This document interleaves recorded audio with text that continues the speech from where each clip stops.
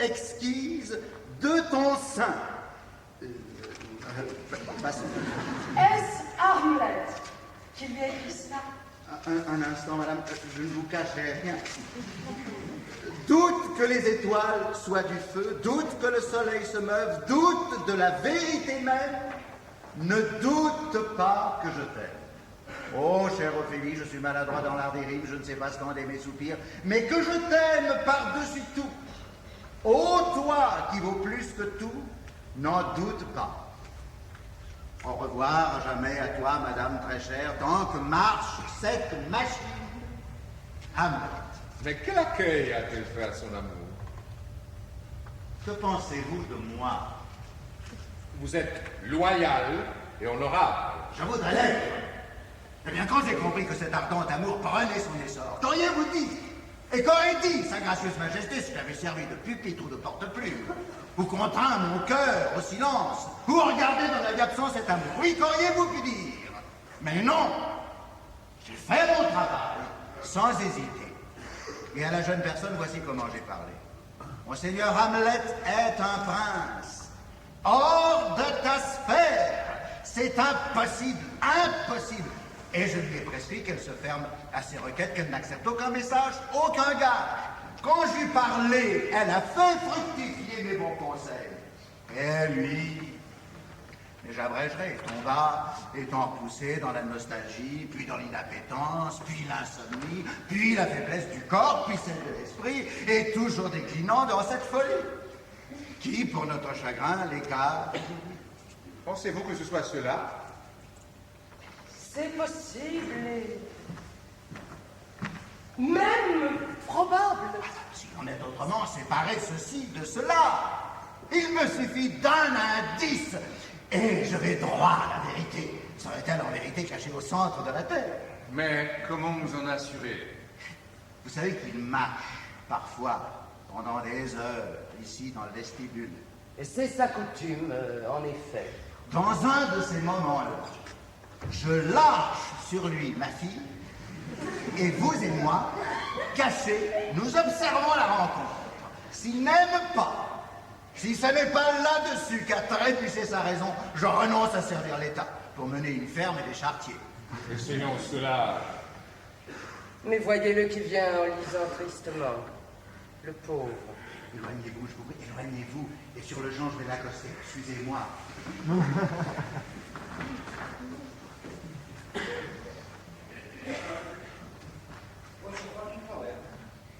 Mon bon Seigneur Hamlet, comment allez-vous? Je vais bien. Merci. Me reconnaissez-vous, monseigneur? Parfaitement. Vous êtes un maquereau. Certainement, monseigneur.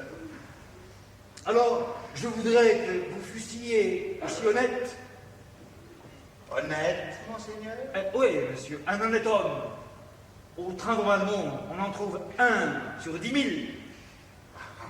C'est vrai, monseigneur. Et si le soleil engendre des vers dans un chien crevé, laquelle charogne est bien digne d'être baisée.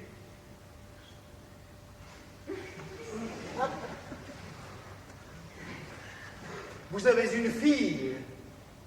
Oui, monseigneur. Qu'elle n'aille pas au soleil. Concevoir est une bénédiction. Mon ami, veillez à la façon dont votre fille peut concevoir. Speak right. What's your fucking problem? Speak right. Toujours, ma fille. What's your fucking problem, man? Pourtant, je n'ai pas reconnu d'abord. Macro. T'as pris pour un poisson. Il est bien pris. Et c'est vrai que dans ma jeunesse, j'ai beaucoup souffert aussi par amour. Oui, presque autant. Je vais lui parler encore. Que lisez-vous, monseigneur?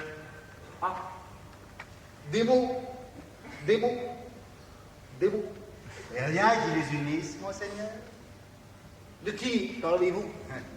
De ces mots que vous lisez, monseigneur. La calomnie, monsieur. car ce railleur éhonté prétend que les vieillards ont des barbes grises et un visage ridé, qu'ils ont une abondante pénurie d'esprit en même temps que les jambes faibles. Toute chose, monsieur, dont je suis fortement et profondément convaincu, mais que je trouve déshonnête de coucher ainsi par écrit. Car vous-même, monsieur, vous serez un jour aussi vieux que je le suis. Ben, pour peu que vous alliez à reculons comme un crabe. De la folie, mais qui ne manque pas de méthode. Ne voulez-vous pas vous mettre à l'abri de l'air, monseigneur? Si, au tombeau, Il est vrai qu'on y est à l'abri de l'air. Que de sens, quelquefois, dans ses réponses. La folie a souvent un à-propos dont la raison et l'équilibre accoucheraient moins heureusement. Je vais le laisser et sans perdre de temps, préparer sa rencontre avec ma fille. Mon vénéré Seigneur, je prends très humblement congé de vous. oh, vous ne pourriez rien prendre, monsieur, dont je ne sois plus avide de me défaire. Enfin, sinon, de ma vie. Enfin, sinon, de ma vie. Enfin, sinon, de ma vie. Portez-vous bien. Sinon, de ma vie. Enfin, sinon, de ma...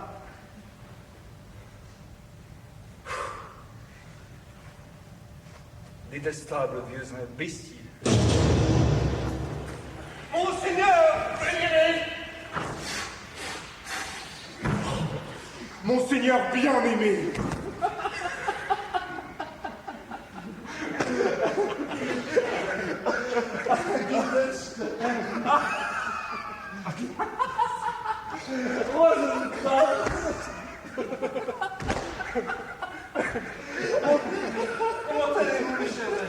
Comme de médiocres fils de la terre, monseigneur. Heureux de ne pas être trop heureux. Sur le bonnet de la fortune, nous ne sommes pas le plus haut bouton. Mais non plus la semelle de ses souliers. Non, pas davantage, monseigneur. Alors, c'est que vous êtes du côté de sa ceinture, ou disons au nombril de ses faveurs. Eh oui, nous sommes de ses intimes. Dans ses parties intimes. C'est bien vrai. La fortune est une putain.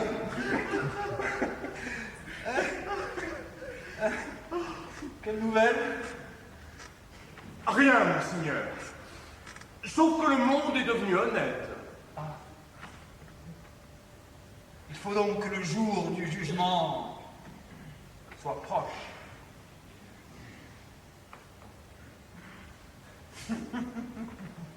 Mais non, c'est une fausse nouvelle.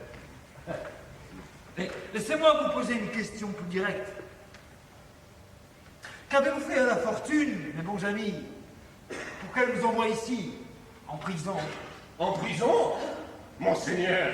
Le Danemark est une prison. Alors, le monde en est une. Fameuse, avec nombre de cellules, de quartiers et de cachots. Le Danemark étant l'un des pires. Monseigneur, ce n'est pas notre sentiment. Alors, c'est qu'il n'y a pour vous rien de tel? Car rien n'est bon ou mauvais en soi, tout dépend de notre pensée. Pour moi, le Danemark est une prison. Ce sera l'effet de votre ambition. Il est trop étroit pour votre âme. Dieu, je pourrais être enfermé dans une coque de noix et me tenir pour le roi d'un espace infime. Mais par notre vieille amitié, que venez-vous faire à Elseneur? Vous rendre visite et rien d'autre, monseigneur. Gueux que je suis pauvre, même en remerciement. Merci pourtant. Un merci d'un demi-penny, c'est trop vous payer, mes chers amis. Ne vous a-t-on pas appelé? Êtes-vous venu de vous-même, en visite spontanée? Allons, soyez francs, allons parler. Que pourrions-nous vous dire, monseigneur? N'importe quoi sauf la vérité. On vous a fait venir. Cela se trahit sur votre visage que votre vergogne n'est pas assez astucieuse pour parler. Ce bon roi et la reine vous ont fait venir. Je le sais. À quelle fin, monseigneur? Est-ce qu'il faut que vous m'appreniez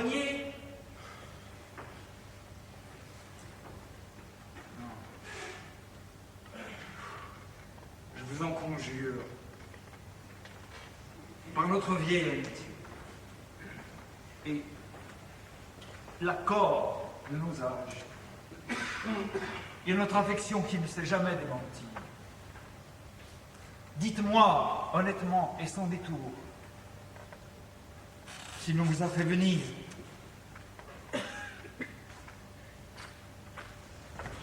Qu'en dites-vous? J'ai l'œil sur vous.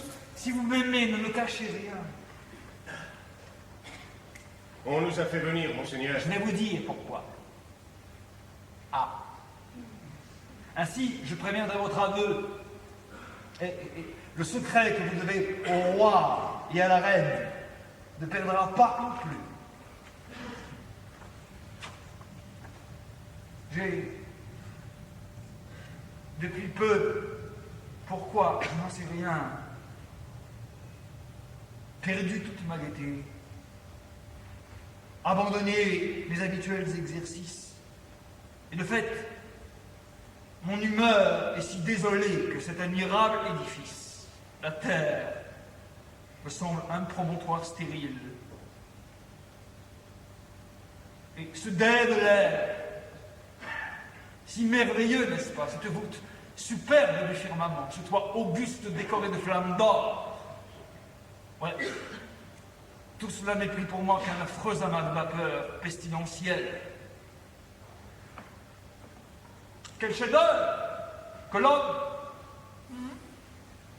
la merveille de l'univers, le parangon de tout ce qui vit. Et pourtant, que vaut à mes yeux cette quintessence de poussière? L'homme n'a pas de charme pour moi, non. Et la femme non plus, bien que votre sourire semble insinuer le contraire. Monseigneur, il n'y avait rien de tel dans ma pensée. Alors pourquoi avez-vous ri quand j'ai dit l'homme est sans charme pour moi? Je pensais simplement, monseigneur, que si vous ne trouvez à l'homme aucun charme, les comédiens veulent faire carême chez vous. Nous les avons dépassés en chemin et ils vont arriver pour vous offrir leur service. Celui qui joue le roi sera le bienvenu. Voici les comédiens. Messieurs, vous êtes les bienvenus à Elseneur.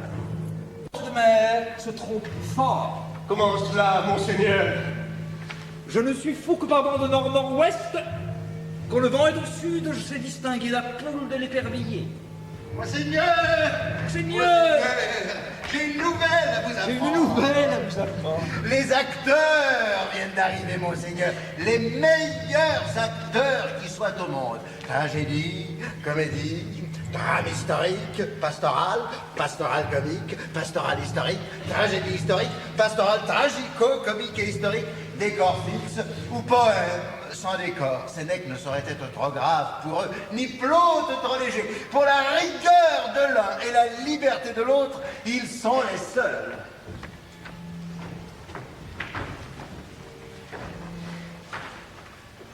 Bienvenue êtes-vous, mes maîtres. Oh, toi. Je suis content de te voir. Bienvenue, bienvenue mes chers amis. Mon vieux, tu as mis une frange à ta figure depuis la dernière fois. Bientôt d'un marque pour rire avec des pans de tabac. Et vous, ma jeune dame, ma princesse. Messieurs, vous êtes les bienvenus à Elseneur.